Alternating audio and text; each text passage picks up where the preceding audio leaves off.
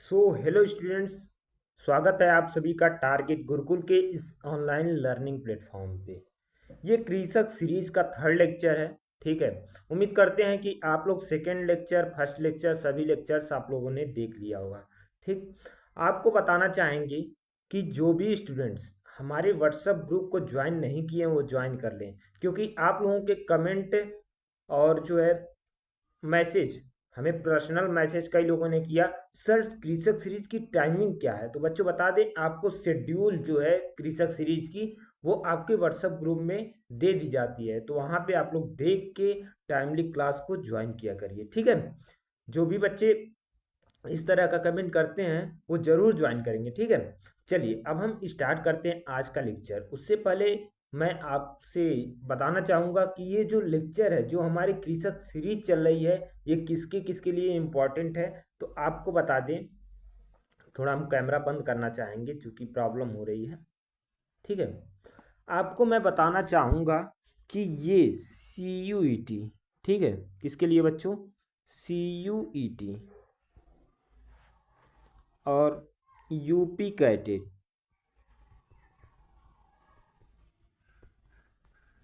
DDU,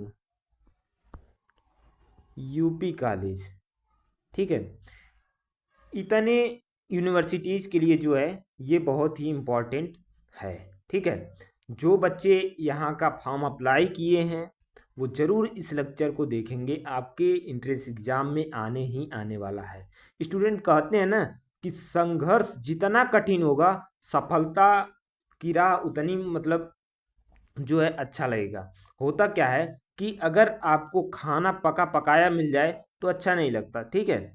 वही अगर एक दिन आप पका के खुद से खाइए तो उस खाने में स्वाद ही कुछ अलग होता है। ठीक। तो स्टूडेंट संघर्ष करते रहिए।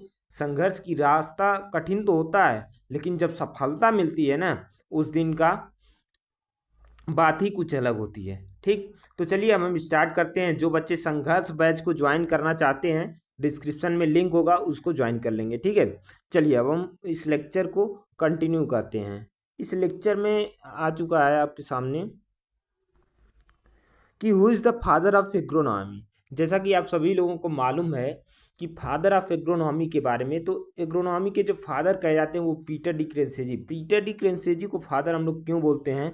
क्योंकि सबसे पहले इन्हीं ने एक बुक लिखी थी। उस बुक का क्या नाम है वो आप हमें कमेंट बॉक्स में बताइएगा। बुक का नाम भी बहुत ज़्यादा पूछा जाता है। तो इन्होंने क्या किया था, एग्रोनॉमी से संबंधित जितने भी मैनेजमेंट प्रैक्टिसेस या फिर प्रिंसिपल्स या फिर जो भी चीज़ें थी उसको इंक्लूड करके उसी बुक में लिखा था। उस बुक का क्या नाम है वो आप लोग कमेंट करके ज़रूर बताइएगा। तो ऑप्शन क्या हो जाएगा? बी ऑप्शन इसका करेक्ट आंसर हो जाएगा। ठीक है।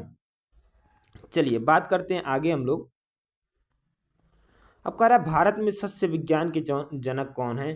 कह रहा है who is the father of agronomy in India. Agronomy in India के बारे में अगर हम बात करें तो डॉक्टर MS स्वामीनाथन। हालांकि इनको जो है हरित क्रांति के जनक भी बोला जाता है, ग्रीन रिवॉल्यूशन को, बट ये इंडिया में ग्रीन रिवॉल्यूशन के जनक होते हैं। ठीक है। इंडिया में ग्रीन रिवॉल्यूशन के जनक हैं। ठीक है। अभी हाल ही में ये एक्सपायर हो गए, हम लोगों के बीच में नहीं है। ठीक है। तो इनके बारे में अगर हम बात करें तो इनके बारे में मैं जितना ही बोलूं उतना कम है। ठीक। एक ऐसे महान वैज्ञानिक थे, ठीक, जिन्होंने हर क्षेत्र में लगभग काम किए। ठीक है। अब वहीं ग्रीन रिवॉल्यूशन के फादर इंडिया में कहे जाते हैं। अब बात आती है कि ओवरऑल वर्ल्ड में कौन है, तो एनी बोरलॉग का नाम आप लोगों ने सुना होगा। किसका? एनी बोरलॉग का नाम। तो वो क्या है? फादर ऑफ ग्रीन रिवॉल्यूशन है। ठीक है। इंडिया में अगर पूछा जाए, इंडिया का नाम है, तो आप MS स्वामीनाथन लगाइएगा। अगर सिंपली पूछा जाए फादर ऑफ ग्रीन रिवॉल्यूशन तो किसको लगाना है आपको? एनी बोरलॉग जी को। ठीक है। नेक्स्ट क्वेश्चन की तरफ हम लोग बढ़ते हैं। कह रहा है agronomy is the branch of agriculture that deals with. अब देखो यहाँ बात आती है, ये डिफिनीशन से ही क्वेश्चन उठाया गया है। ठीक है। तो एग्रोनॉमी ब्रांच है। ठीक। किसकी ब्रांच है? कृषि की। ये क्वेश्चन बता रहा है जो संबंधित है। किससे संबंधित हो सकता है? Principle management of field. ठीक। दूसरा ऑप्शन आता है ब्रीडिंग ऑफ क्रॉप प्लांट्स। तीसरा ऑप्शन आता है principles and practices of crop production, protection of crop from virus. देखो अब यहाँ अब एक एक करके बात करते हैं। ठीक है। प्रिंसिपल मैनेजमेंट ऑफ फील्ड ये तो होगा ही होगा। ठीक है। अब अगला आता है ब्रीडिंग ऑफ क्रॉप प्लांट्स। इसको मैं प्लांट ब्रीडिंग में मतलब प्लांट ब्रीडिंग में इसका अध्ययन करते हैं। अब देखो principles and practices of crop production. देखो इसका ऑप्शन जो है ये सही होगा, कौन सा? ऑप्शन सी इसका करेक्ट आंसर होगा। ठीक है। देखो मैनेजमेंट की बात करें तो मैनेजमेंट से ज़्यादा सुटेबल कौन है? ऑप्शन सी सुटेबल है। ठीक है। अब आगे बात करते हैं protection of crop from virus. तो इसका अध्ययन हम लोग किस में करेंगे? प्लांट पैथोलॉजी में अध्ययन करते हैं। तो इसका जो करेक्ट आंसर होगा सी ऑप्शन हो जाएगा। आगे बात करते हैं जेंथ्रोटुल जी आ गए हैं। तो कह रहा है who wrote horse hoeing husbandry, यानी इसको हम लोग ट्रिपल एच के नाम से भी जानते हैं। किसको? हार्स होइंग हस्बेंड्री को। तो इसके जो लेखक हैं मतलब इस बुक को कौन लिखा था? तो जेंथ्रोटुल जी ने लिखा था। ऑप्शन ए इसका करेक्ट आंसर हो जाएगा। वहीं जेंथ्रोटुल को फादर और किसके फादर बोला जाता है? ये लोग आप ये जो है आप लोग कमेंट करके बताइएगा। ठीक है। चलिए आगे बात करते हैं हम लोग।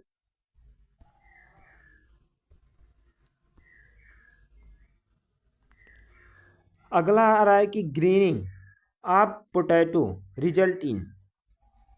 ठीक है। सबसे पहले आप ये जानिए ग्रीनिंग क्या होता है। तो ग्रीनिंग ऐसे होते हैं जब हम लोग अर्थिंग अप का बच्चों जो आप लोगों ने फरो देखा होगा, कुंड देखा होगा, उसमें हम लोग आलू की बुआई करते हैं। ठीक है। कभी कभी ऐसा होता है कि हम लोग अर्थिंग अप यानी मिट्टी सही से नहीं चढ़ा पाते हैं, तो वो आलू जो है ऊपर ही दिखता है, जो सनलाइट के कांटेक्ट में आ जाता है। अंततः जो आलू होता है वो हरा हो जाता है। ठीक है।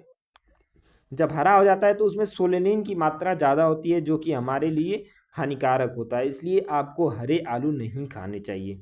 ठीक। अब कह रहा है हरे आलू का जो है परिणाम क्या होगा?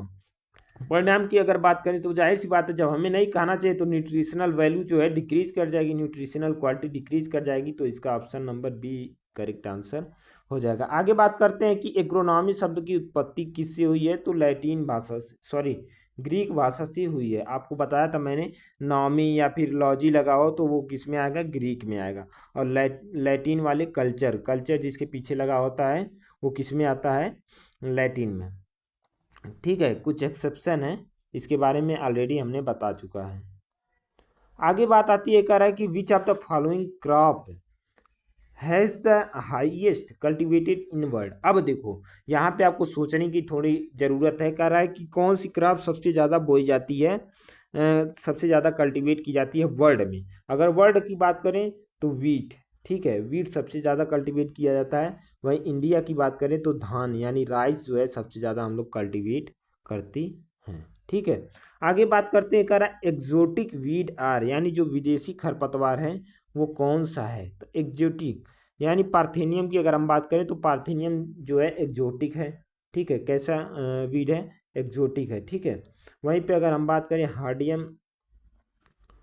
हार्डियम इपोनिचीनियम, ठीक है, इपोनिचियम, तो ये जो है ये नहीं है। ठीक है। लेंटाना कमरा जो है, ये दोनों जो हैं क्या हैं? आपके एक्जोटिक वीड है, यानी ऑप्शन डी इसका करेक्ट आंसर हो जाएगा। आगे हम नेक्स्ट क्वेश्चन की तरफ बढ़ते हैं बच्चों। वीडियो अगर पसंद आ रही है तो वीडियो को लाइक करना और अपने सभी दोस्तों को बता देना कि टारगेट गुरुकुल जो है कृषक सीरीज ला चुका है। ठीक है। उसमें जो है आपके एंट्रेंस एग्जाम से संबंधित सभी वो क्वेश्चन सॉल्व कराए जा रहे हैं जो कि आपके एंट्रेंस एग्जाम में पूछे जाते हैं। ठीक। Unwanted plants which grow anywhere is the field is known as. मतलब देखो अनवांटेड प्लांट जो होते हैं वो ग्रो होते हैं। ठीक है। तो उन्हें हम लोग क्या बोलते हैं? मतलब कहीं भी उग गए उन्हें हम क्या बोलेंगे? तो वीड बोलते हैं। क्या बोलते हैं बच्चों? वीड बोलते हैं। ऑप्शन ए इसका करेक्ट आंसर हो जाएगा। चलिए आगे बात करते हैं, who is the father of weed science. अब वीड साइंस देखो अनवांटेड प्लांट तो वीड हम बोल दिए, अब वीड साइंस क्या होता है? साइंस की वह ब्रांच जिसके अंतर्गत हम लोग क्या कर रहे हैं? वीड्स का अध्ययन कर रहे हैं, उसे हम लोग क्या बोल रहे हैं? वीड साइंस बोल रहे हैं। ठीक है। अब बात आती है वीड साइंस के फादर कौन है? तो जेंथ्रोटुल का नाम आप लोगों ने सुना होगा, अभी ऊपर मैंने बात किया। और ये क्वेश्चन भी मैंने पूछा कि आप कमेंट करके बताइएगा, बट ये क्वेश्चन आ गया तो मैंने बता दिया। ठीक है। जेंथ्रोटुल जो है खरपतवार विज्ञान के जनक कहे जाते हैं। ठीक। चलो आगे बात करते हैं। कह रहा the word tillage is derived from which word. मतलब जो टीलेज है वो किस भाषा से डिराइव्ड हुआ है। ठीक है, यहाँ पे देखो ना हिंदी वाले को दिक्कत होगी ना इंग्लिश वालों को। ठीक है, एक तरफ इंग्लिश एक तरफ हिंदी। ठीक है, अगर आपको कोई दिक्कत होती है तो आप हमें ज़रूर बताइएगा, या फिर कमेंट के माध्यम से बताइएगा, या फिर हमें मैसेज करके बताइएगा, लेकिन बताइएगा ज़रूर, हम सुधार करने का पूरा प्रयास करेंगे। ठीक है, अब यहाँ पे जो टीलेज वर्ड था वो एंग्लो सेक्सन वर्ड से लिया गया था। ठीक है, किससे लिया गया था? एंग्लो सेक्सन वर्ड से। किससे लिया गया था बच्चों? एंग्लो सेक्सन वर्ड से लिया गया है, यानी ऑप्शन डी इसका करेक्ट आंसर हो जाएगा। ठीक, आगे बात करते हैं, कह रहा है कि in primary tillage depth of प्लाइंग varies from, यानी देखो यहाँ पे प्राइमरी टिलेज की अगर हम बात करें तो प्राइमरी टिलेज में हम लोग क्या कौन सी जुताई करते हैं, कितने सेंटीमीटर? तो आप जानते हैं कि जब हम लोग प्राइमरी टिलेज करते हैं तो गहरी जुताई करते हैं। तो गहरी जुताई का जो डेप्थ रखना चाहिए वो 15 से 30 सेंटीमीटर तक रखना चाहिए। ठीक है, चलिए आगे बात करते हैं हम लोग।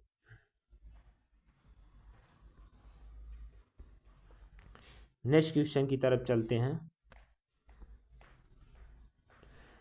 नेक्स्ट क्वेश्चन आ चुका है आपके सामने, कह रहा है कि which of the following implements is not use in secondary tillage, मतलब इसमें से कौन सा ऐसा यंत्र है जिसे हम लोग सेकेंडरी टिलेज में यूज नहीं कर सकते हैं? तो प्लाऊ, प्लाऊ का यूज जो है हम लोग सेकेंडरी टिलेज में यूज नहीं कर सकते हैं। ठीक है, चलिए आगे बात करते हैं।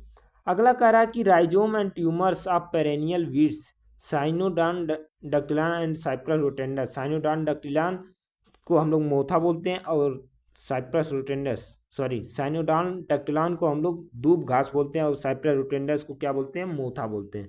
Can be destroyed with the help of, मतलब किसके हेल्प से हम लोग क्या कर सकते हैं? रिमूव कर सकते हैं। तो वो समर टीलेज या फिर हाँ समर टीलेज जो है, समर टीलेज में हम लोग क्या करते हैं कि आप जानते हैं उस समय बहुत धूप होती है। ठीक है, धूप गर्मी बहुत ज़्यादा होती है। ठीक, तो उस समय जब है हम लोग जुताई कर देंगे तो जो आपकी वीड्स होंगे वो ऊपर आ जाएंगे, जो राइजोम्स होंगी उनकी वो ऊपर आ जाएंगी, जो कि सूर्य के कांटेक्ट में आएंगी और वो क्या है अंततः सूख जाएंगी। ठीक है, इस तरह से हम नियंत्रण कर सकते हैं, डिस्ट्रॉय कर सकते हैं। ठीक, आगे बात आती है कि पडलिंग, पडलिंग से क्या प्रभाव पड़ता है मिट्टी पे? बल्क डेंसिटी पे। तो बल्क डेंसिटी जो है क्या होगी? इंक्रीज होगी। यानी देखो अब कोई मिट्टी भुरभुरी है, ठीक है, इतने दूर दूर उसके क्या है पार्टिकल्स हैं। अब इस समय क्या हो रहा है, हम क्या किए? पडलिंग कर दिए, पानी भर के और जो है पाटा चला दिए, तो उसके जो है जो पार्टिकल्स होंगे एकदम पास पास एकदम चिपक जाएंगे, जिससे कि इन्फिल्ट्रेशन और पर्कुलेशन जो है बहुत कम होता है। ठीक, और बीड्स भी जो अपने होते हैं वो क्या होते हैं, हो जाते हैं, डिस्ट्रॉय हो जाते हैं। और पडलिंग की क्रिया करते किस में है? तो वो राइस में करते हैं। ठीक है, राइस में करते हैं। किस में करते हैं? राइस में। तो इसका जो करेक्ट आंसर हो जाएगा आप लोगों के सामने, क्या होगा? बल्क डेंसिटी बढ़ेगी। ठीक है, इंक्रीज होगी। आगे बात करते हैं, कह रहा है कि the best size of aggregates for good growth of crop is, मतलब देखो क्रॉप की ग्रोथ के लिए क्या साइज होना चाहिए, वृद्धि के लिए क्या साइज होनी चाहिए? तो उसके लिए अगर हम साइज की बात करें तो 0.5 से 3 mm रखते हैं। ठीक है, 0.5 से 3 mm रखते हैं। बाकी जो है ये साइज जो है आपकी ज़्यादा हो जाएंगी, तो इसका जो करेक्ट आंसर सी हो जाएगा।